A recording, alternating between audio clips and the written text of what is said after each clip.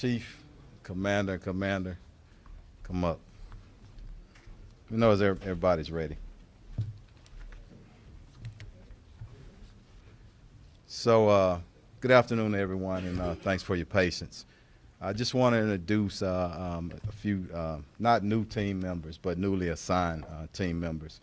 I think I did one press conference before, but not the entire team. I want to start with the Chief Guzman, who will head up all of criminal investigations for our department, to my left, and then to my immediate left, Commander Lorenzano will head up Special Victims Division, and then finally Commander Cheney, who will head up our Major Assaults, Families Violence Division. So thank y'all for being here. So today I want to address survivors and community members with an update of our progress as we go through a comprehensive review of 264,000 incident reports improperly suspended with a cold call, lack of personnel, dating back into 2016. Let's look at the overall numbers. Of that 264,000, we have reviewed 81,650 incident reports. That's 1/3 in as little as 6 weeks. Our overall review incident reports, we have reviewed, of that 81,000, we found that 26,000 should have been suspended, but it was suspended with the wrong code. These codes include lack of leads, arrest by patrol, arrest by emergency detention order. There's also a concern that homicides were included in this number. Thus far, we have found only one incident. It was initially coded as a failure to stop and render aid. However, investigators later found it to be an intentional vehicle assault, which led to a death. That investigation is still ongoing. Let's look at major assaults, which is another one of our priorities, and incidents that involve domestic violence. Out of 807 family violence incidents reports we identified, we have reviewed all. This has resulted thus far as filing 5 new charges against 5 suspects. To this date, our community affairs officers and our differential response team officers who are not in the calls for service loop have made 1,669 visits to those adult crime and family violence victims who we couldn't contact by phone, text, or email. To the number one priority, sexual assault. As of this morning, 4,017 adult sex crime incident reports were suspended. As of this morning, we have reviewed 3,948. The vast majority of those reports, 3,079, have been inactivated with no workable leads at this time. And again, that means we've taken this investigation as far as we can, again, at this time. We will, of course, at any time reopen any case if we have additional information or additional evidence. There's been some questions about whether any of the reports are concerning child sexual assaults. When this review first started in February, early February, we said that some of the incident reports were improperly coded or labeled incorrectly. Reviewing these reports, we found that some were initially labeled as a child, but in fact were adults. Those reports have since been corrected. There are also some incident reports that occurred when a victim was a child, but those victims didn't report it to the department until they were adults. On March 27 this year, HPD proactively initiated a meeting with the Houston Forensics Science Center, the Harris County District Attorney's Office, to request the second level of review to build a better workflow process between our agencies and to properly address incidents related to CODIS hits. We initially asked the Houston Forensic Science Center to review 4,017 adult sexual assault incident reports. These were the initial reports that were prioritized based upon their offense title. The next step was to look at the remaining special victims incident reports. This means that we also asked Houston Forensic Science Center to review 5,085 other incident reports assigned to the adult sex crime unit, which were mostly indecent assaults, and indecent exposures type incidents. There were some sexual assault incidents that were not captured in the initial data pool, but upon a manual review, we found, and some of these numbers just came in a few hours ago, 220 additional sexual assault incident reports that were not captured because of the title. Additional sexual assault incidents reports may come to light. All those reports are being reviewed and assigned as they are discovered.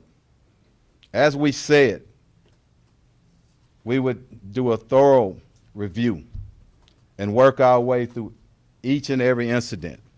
Again, 264,000 incidents. Some people may look at this as negative. I don't. It is a fact and it's evidence that our process is working. And I just want to be honest and transparent about that. As we work through, you may find some good news and you may find more bad news. But the fact is, I made a promise to everyone that we're going to work through each and every one of those incident reports. So that's what we're doing. I'm going to bring up Commander Lorenzana from Special Victims Division at this time. Go ahead. Thank you, Chief. As mentioned, my name is Commander Elizabeth Lorenzana. I'm here to discuss and start off with what is a CODIS hit. A CODIS hit means that a DNA profile in an investigation matches the DNA profile from a separate criminal offense or a known offender. This is a national database that all law enforcement have access to. Following the meeting that occurred on March 27th with the Houston Forensic Science Center and the Harris County District Attorney's Office, we provided the list of adult sex crime incident report numbers to the Houston Forensic Science Center. And of the 4,017 incident reports, the Houston Forensic Science Center reported back to the Houston Police Department that 1,147 adult sex crime incident reports had sexual assault kits tested for DNA. During this review, we learned that the DNA evidence for 291 incident reports were uploaded to the CODIS database, and this resulted in 76 CODIS hits. Since then, special victims investigators have successfully uploaded all lab reports and assigned these incident reports for follow-up investigation. This involves the collection of buccal swabs from the cases involving offender hits and ensuring that case information is compared and exchanged for the case-to-case hits. Out of those 76 incident reports with DNA CODIS hits, 51 of them either have complainants who do not want to move forward, a suspect who has already been charged, or our attempts to contact the complainant have been unsuccessful. We are now sending officers to their last known location to follow up on their investigation. That is the update on the 4,017 incident reports. As a reminder, those were prioritized based upon their offense title. I have directed investigators to make attempts to collect buccal swabs for the CODIS database hits involving known offenders. This confirmation is a requirement to proceed with criminal charges. I am collaborating with both the Houston Forensic Science Center for buccal swab comparison requests and the Harris County District Attorney's Office to introduce the presentation of case investigation facts and the filing of charges if accepted. As Chief Finner mentioned earlier, there are also an additional 5,085 incident reports assigned to the Special Victims Division with the suspended lack of personnel code. We asked the Houston Forensic Science Center to review those incident report numbers as well. Out of that review of incident report numbers, the Houston Forensic Center reported that there were the results for 57 sexual assault kits that were uploaded into the CODIS database. I have since been informed that the analysis of these 57 sexual assault kits resulted in 19 CODIS database hits. Since Monday, we've learned that one of the initially reported 96 total CODIS hits is a duplicate, bringing the actual total number of CODIS hits to 95 incident reports. Once the Houston Police Department learned of these CODIS hits, our Special Victims Division investigators have made it a priority to review these incident reports. And all 95 have been reviewed. We've ensured that the lab results are documented, and those needing case investigations have been assigned. Since we provided this information on Monday as well, we have met with the Houston Forensic Science Center and the Harris County District Attorney's Office to discuss notification processes to ensure all CODIS database hits are handled properly. These investigations are very complex. They involve multiple interviews, evidence testing, obtaining lab results, and survivors deserve a trauma-informed response. Additionally, as of yesterday, investigators have scheduled forensic interviews with the Texas Forensic Nurse Examiners for 395 survivors. I want to emphasize to all of our sexual assault survivors that if you have any questions about your case, please contact us at the Special Victims Division at 713-308-1180. Thank you. Thank you very much, Commander.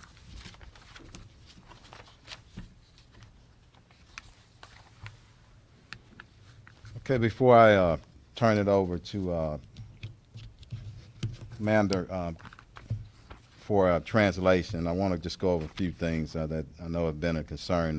Let's discuss IED right quick, okay?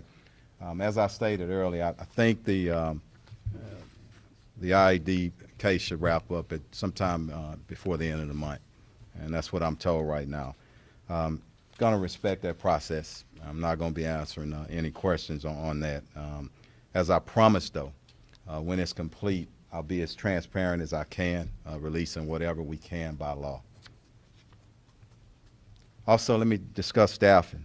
We're undertaking a process of a comprehensive staff review of the entire department. We didn't get a whole lot of officers before this incident. We don't have more during this incident, and we won't have any more in the near future, because as we put officers in the academy, people are retiring. It's so important to address. We need resources. We need more officers, more investigators, more civilian staff to help us move forward. Again, I want to be truthful to our community. We don't have the staffing to investigate each and every crime that's reported in our city. However, we will investigate every violent crime against persons. In terms of our Special Victims Division, Commander has spoken about that. We're going to move to permanently assigning more investigators, more civilian staff, also into our Major Assaults Division as well. Let me bring up now Commander Hector Garcia for translation in Spanish. Thank you. Thank you. Buenas tardes.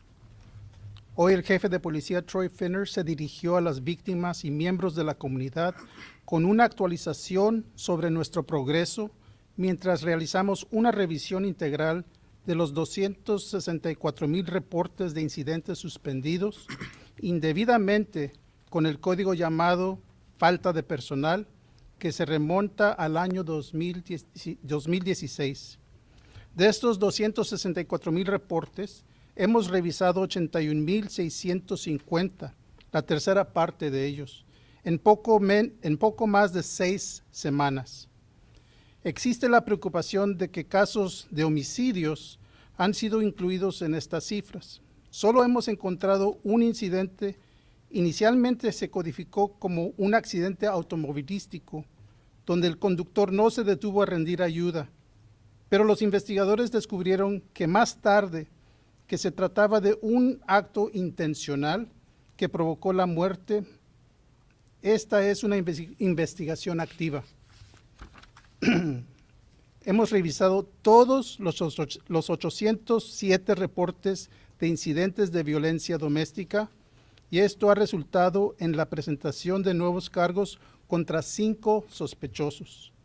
Se han realizado un total de 1,669 visitas a aquellas víctimas de delitos sexuales y violencia familiar de adultos con las que no pudimos comunicarnos.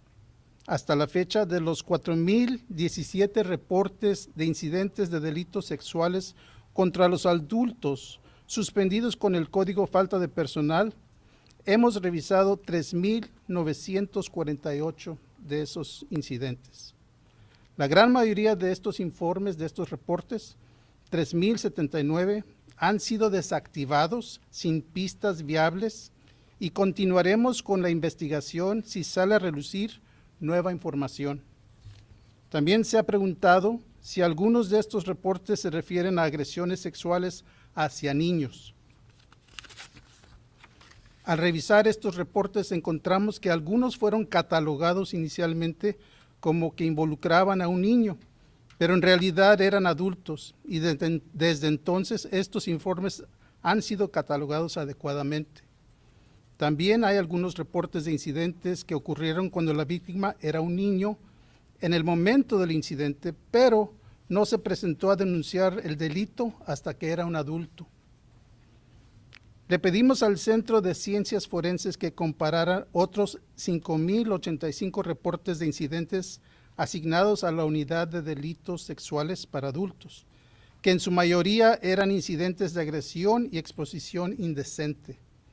Tras la revisión manual encontramos aproximadamente 220 informes de incidentes de agresión sexual adicionales que no se capturaron debido a su título original.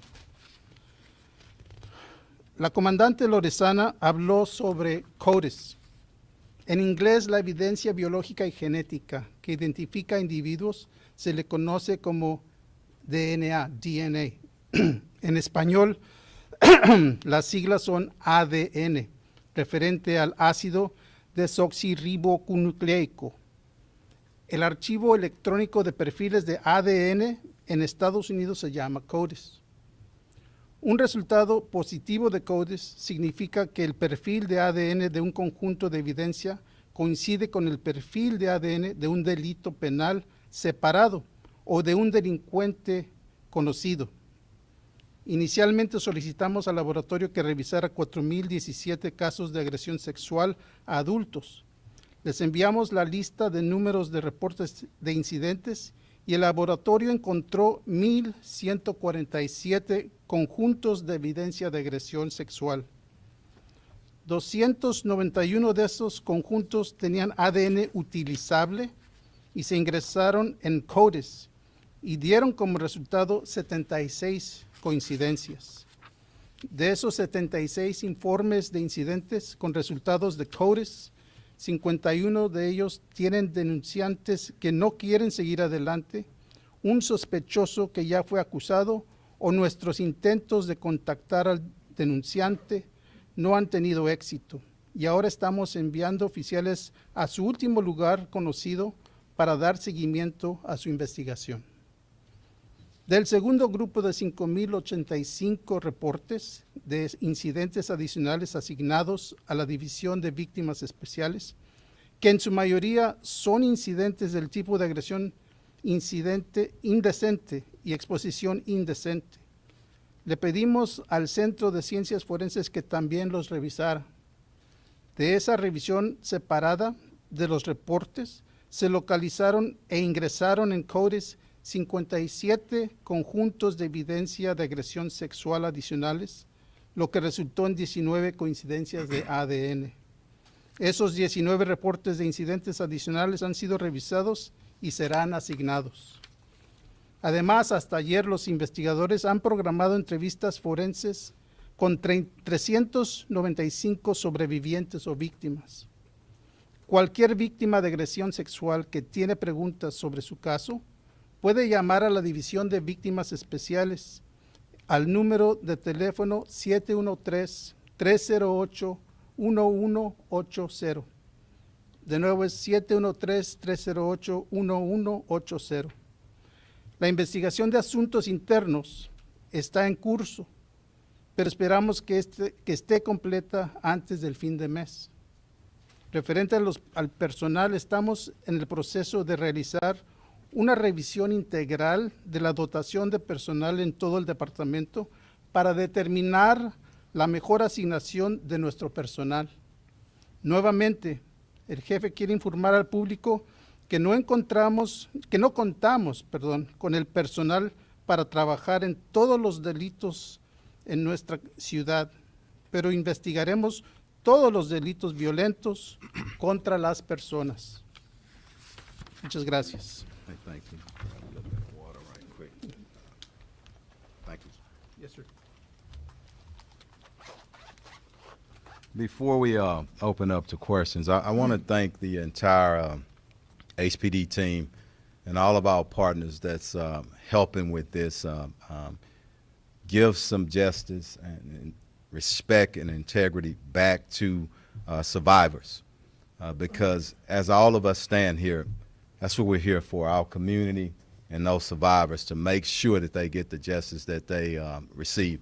And I want to thank all of the team, because so many people are doing so much great work away from their families, working overtime. So I just want to say thank you. And also want us to all to continue to pray for victims and survivors as we work our way through this process. Because as I say it all the time, we're going to be better because of this as an agency, and I mean that. Let's go with the questions, and before we go, just a little bit of order. Everybody's going to get a chance to answer questions. I'm not running away from the podium, but we'll go in an orderly fashion from my left to the right, and then we'll probably come back. Everybody here is equally important to me, everybody. So everybody's going to get their respect. Go ahead, Greg. All right, Chief. How does it happen? You've got dead, solid scientific evidence connecting to a known offender, and it doesn't get investigated. How does that happen? It's not a smash and grab. It's not a stolen bike. It's not a minor crime. Yeah. How does that happen? As you know, that's what we're trying to work our way through, and we're not going to have all those answers today. I can just tell you we're committed, as I said from the beginning, to rip this thing open over 8 years. And I respect all the questions, and I think it deserves a respectful response. Not going to have all the answers today, but I tell you, I'm so laser focused, and my entire team, of determining how it happened as part of the I&D investigation, but at the same time, let's move forward to do whatever we can to expedite investigating these cases, look at our processes, look at who did what when, and that's a part of it. But I hear the frustration. We all are frustrated. This is Houston. This is HPD, and I expect better. Next question. Can you clarify the state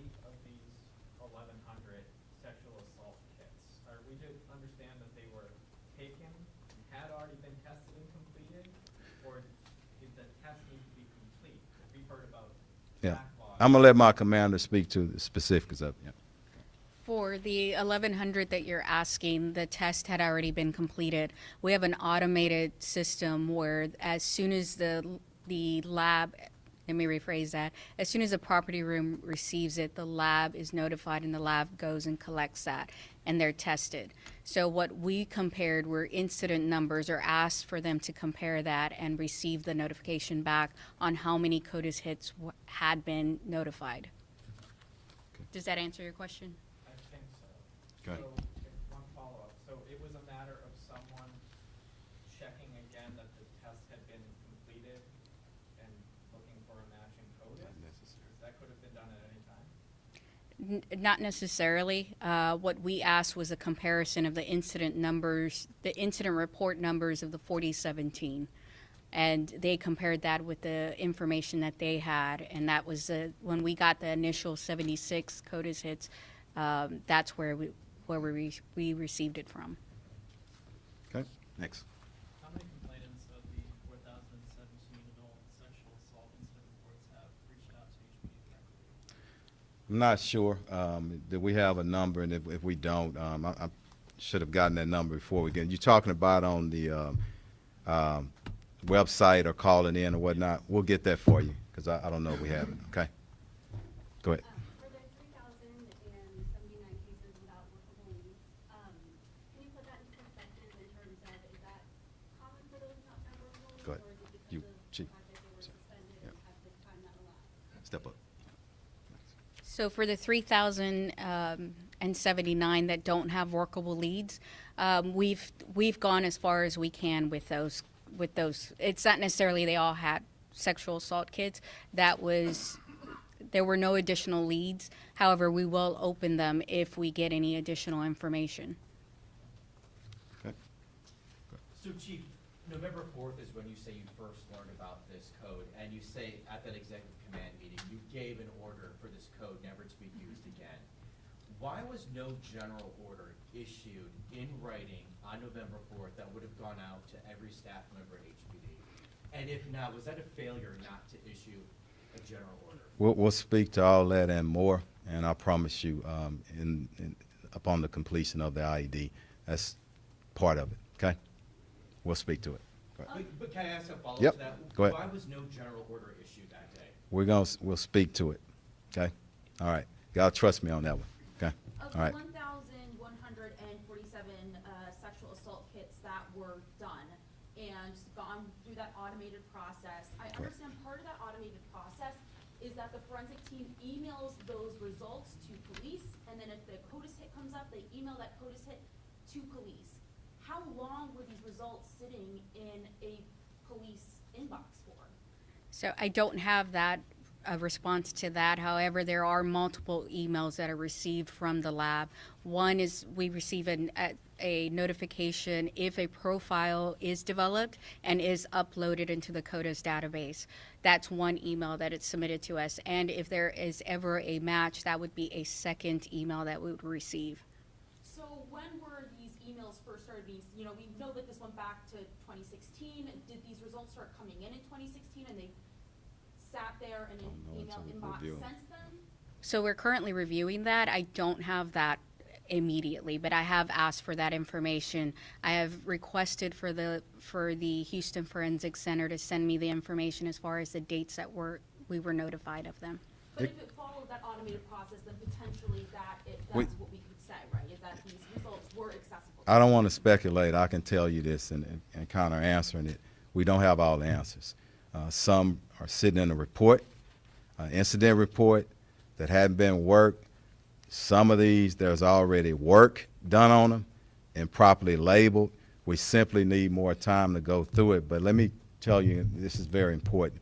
I spoke with the FBI SAC Williams this morning.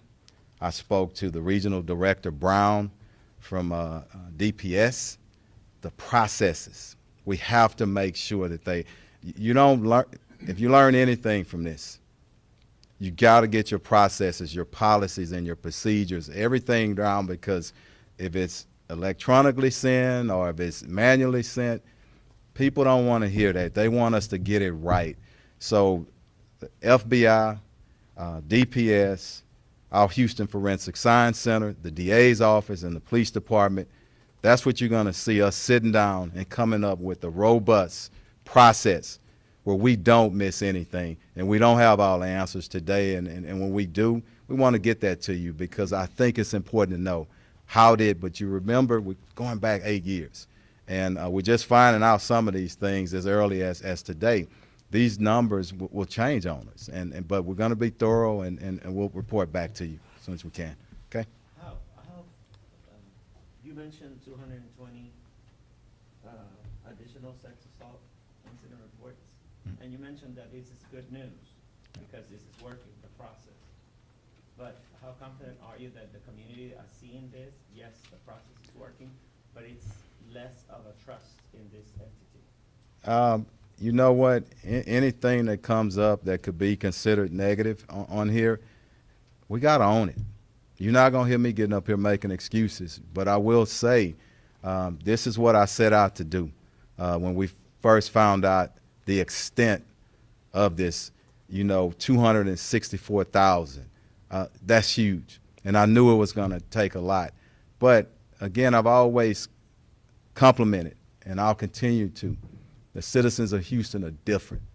They're sophisticated. Even when they're hurting and disappointed, they still have some level of trust in us, and we're not going to continue to violate that. And even answering these questions today, I have to be true and honest, and don't rush. People want answers right away. You don't have those answers. You have to be thorough. I don't want to miss anything. And that's why we went back on some of these incident reports.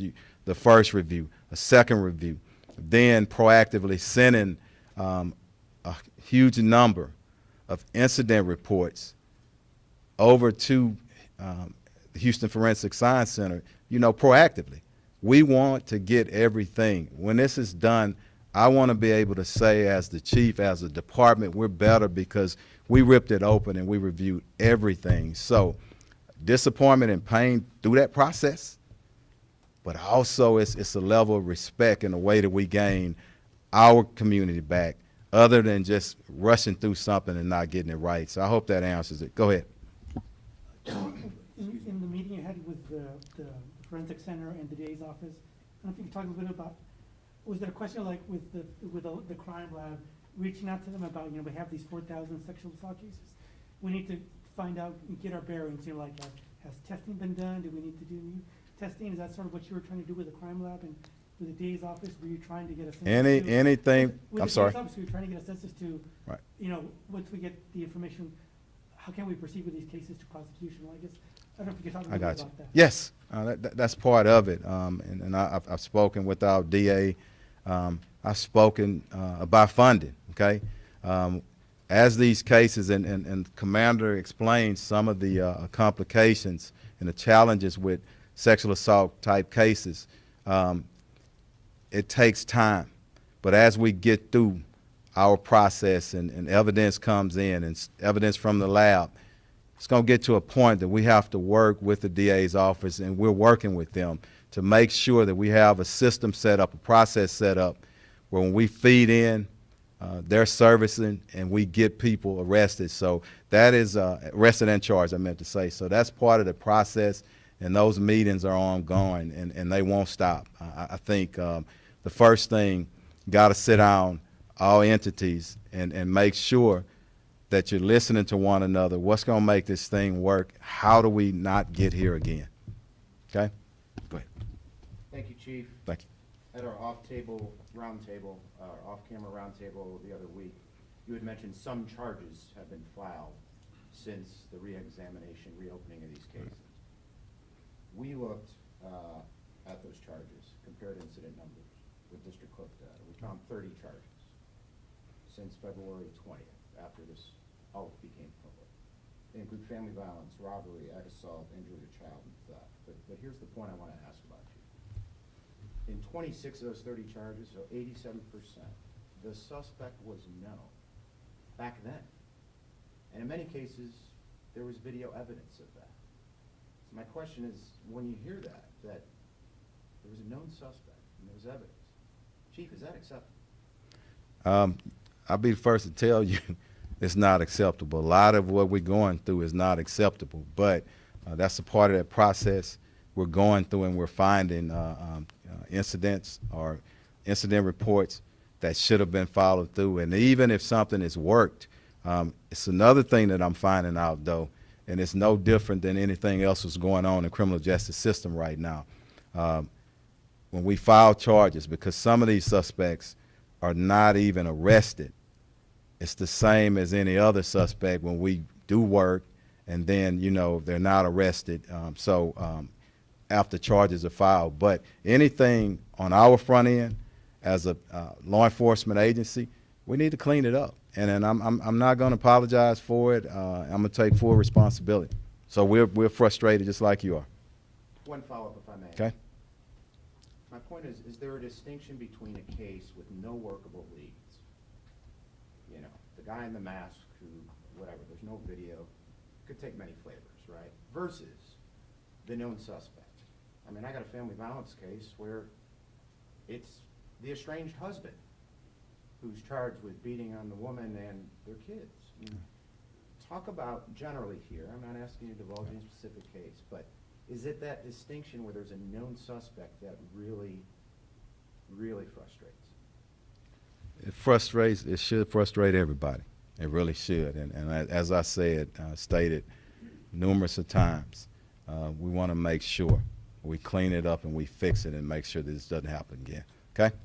Go ahead. Chief, what would you tell some activists in Houston who are demanding like an independent review, especially because they think there are elements of obstruction of justice, or maybe some of the victims in the cases were not able to stay in the country due to the lack of investigation, and they could not obtain visas to stay here in some of the cases. I know that Johnny Mata sent a letter to the SAC, the FBI, requesting a review, an investigation about it.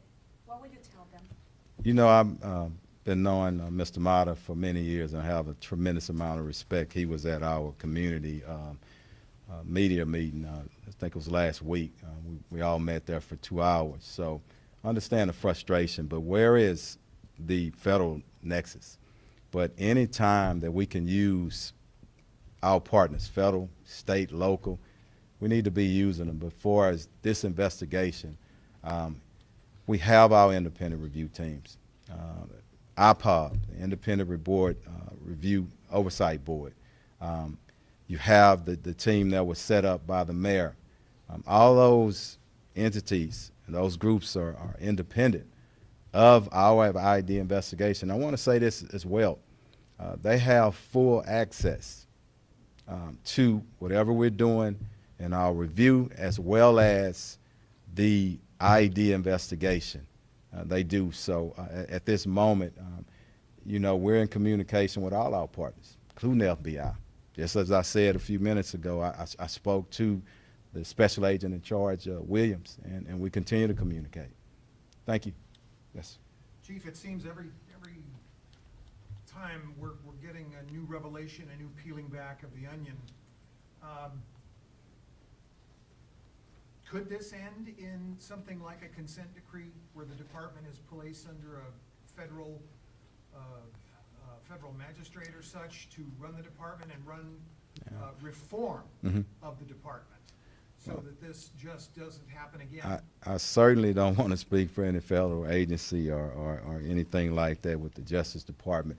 I think that they will review and look at what we're doing, how we got here, and but if you don't do anything to straighten it out and fix it, shame on you as an agency. We're doing it, and as I said in one of the first press conferences, the whole nation, the whole profession is going to be better because of this. And I mean that. I talk to major city chiefs every day, and all of us are going to be better for this. So, you know, I hope that everybody looks and see how serious we are of cleaning things up and transparent. And you know, at some point, somebody got to open it up, and that's what we're doing. Okay, go ahead. Chief, real quick, first question. follow up from last Tuesday. Yeah. You told me, when I asked you at the time, I said, have charges been filed? You said, I believe some have, I'm gonna get back to you with that official number. Can you clarify today, because I've heard multiple numbers, what is the total official number of people that have been charged since these investigations have been re-examined? I got numbers different from what he just said, and those numbers are changing every day. I know we have at least 5 from special victims, but in there, some people may say, well, you know, these are all a part of this, you know, suspended lack of personnel. We got some other numbers moving around in there. So again, I'd like to verify those numbers. I think we only have 1 from our Special Victims Division, but again, it takes time to get those. Was that 5 for major assault. 5 for major assaults? I'm sorry, major assaults. Thank you. Okay. So 5 for major assault. Yes, I'm sorry. Thanks for clarifying Yeah, that. good. Thank you. Just wanna make sure. All right. Separate. So, by the map that you provided here today, I have that, you indicated the IAD investigation, you expected to wrap it up by the end of this month. I expect so, but you know what? That's best as I can kind of. That's what they're telling me. If Well, by it the goes time- a week or 2 longer, you know, but we expect it to But be. by the yeah. numbers that you provided today, there are still 938 sexual assault cases that have workable leads. How can an IAD investigation be completed if those cases remain ongoing? I just want to ask is, have you ever heard of a spinoff? Okay. We got 180 days, so if we find, and we said we're going to be transparent, but I want to be honest on one thing too. Let us get through the first one. There's been other spinoffs, and there can be even more. But I don't want our department thinking that we're going to just rabbit chase on every little thing. Once we understand how this started and how it was continued and how we fix it, of course, if we find some incidents or some investigations that are so egregious, definitely we're going to do a spinoff on it. So, but as you know, we only have 180 days from date of discovery, so it can't just go on. That's why you have spinoffs. So I hope that answers it. Go ahead. Chief, out of the 95 DNA matches that were mentioned, how many of those were known individuals and how many were case hits? I don't have the exact Still number reviewing. of the case-to-case versus the known offenders, but we still are actively reviewing those. Okay. All right. We're good. You got one more? All right. Go ahead. So have any arrests happened in connection to the sexual assault review? You just mentioned major assault. Is that the same as the sexual? Where are we on that? Was it? We don't have any new charges or any new arrests. The one that I spoke of was something that happened previously. Okay. And we'll get a better number again, but the challenge is things are changing daily. So let me step up. Who else? Chief, Yes, go ahead. I want to ask you something, Yep. and this is in regards of the DA's office. How you guys are working with them? I know that they're behind in a lot of cases on trials, a lot of challenges there. And with these amount of work that you guys are having right now, how is that? It's going to be challenging, but it's doable. Okay. I don't think anybody should throw their head in the sand and throw your hands up. True professionals, true leaders. You do what it takes to move the agency forward, and that goes with all of our partners. But I can tell you something. The meetings are going, and we're going to do whatever we have to do. And again, I said we needed funding. I spoke to a few key members that hold the key to that funding in our communities, and hopefully they'll step up. We got to work overtime, whatever process we have to do, we're going to do. You had one over here, and Yeah, I'll get you. Chief, last Yeah. thing we We're going to mentioned- do about two more, okay? Go ahead. You mentioned Mr. Jones as a target and a witness of this investigation. Can you tell us how many targets we have in this investigation? I can't. I don't even know that number. And you know, let it. It's almost in completion, and then I can promise you, you're gonna see a different product coming out that you probably ever seen from an IED investigation, because we need to be transparent. But I got to balance and not violate a law of 143, and that's that code that governs the investigations and what. But we will present a lot of information that we can legally present to you. Okay, go ahead. For Commander Lorenzana, Go ahead. please, a follow-up on the CODIS. You mentioned that you don't know case-by-case numbers versus known individual DNA match numbers at this point. Why not? I don't have the exact numbers. Well, you've had it for 2 weeks. You met on March 27th with the crime lab. They give you the hits. The crime lab's already done its due diligence with half of those cases, and they say 39 came back to a known individual. So if these are the top priority and there's DNA matches, one would think would be the top of the top priority. So I don't have the case-to-case numbers. For a case-to-case, whenever we get the information on a CODIS hit, the evidence or the DNA profile may be from somebody that is known or not known. And so we'll go different avenues. If it's a known suspect, then we would have to go through the process of obtaining a buccal swab from them. that's my And if question. it's How not, many of the 95 were known? and if it's unknown, then we proceed with a case-to-case and exchanging information with, sometimes a case-to-case might be both HPD cases, or it might be a Houston Police Department case and a Texas City Police Department case. And so on those particular ones, we would have to exchange information. And so those numbers are going to be changing, so I don't have the exact number for you today. The have a important thing, ballpark. excuse me, the Thank important thing is to know that we're working on it, and we're going to be transparent when we get it. That's the problem, and that's the challenge when people are just sharing spreadsheets and without looking into the back. It requires a lot more work, and everybody can talk, and everybody can put their recommendation out there. But you know one thing about the police department, we got to try to do our due diligence and get it right. It's not fair to the citizens. So, but whenever we get it, we'll get it to you. Final question. Chief, Go ahead. last Tuesday, you informed us that Jim Jones was a target/witness with regards to this investigation. Even in that characterization, 2 days later, he was still putting out circulars in the department. Why was he allowed to continue to form the policy of this department if he was, in your words, a target or witness in this investigation? Let me explain circulars. It's a long process. They don't start just one day, most of them, and the next day I sign it off. It's a long process in which he was a part of. He was one that was a part of our risk management division, a number of individuals, our legal team. So that's when the date that I signed it. But his official date, his last date, is this Friday. And we'll leave it at that, and You still we'll think see he's how, yeah, related? yeah. Can we get Chief, do you still clarification think on he's the related? charges filed? I know you said it's a fluid number, but can we get what you know of as of right now in terms of charges filed as a result of this? We'll get it to you, and as you can see, even today, numbers are coming in. But let me, Can we get where yeah, it stands yeah, right now? yeah. Like, do we have a, I don't. I said that, but sometime today, let us get that out to y'all, and that's a fair question. It really is. Okay. All right. Thank y'all.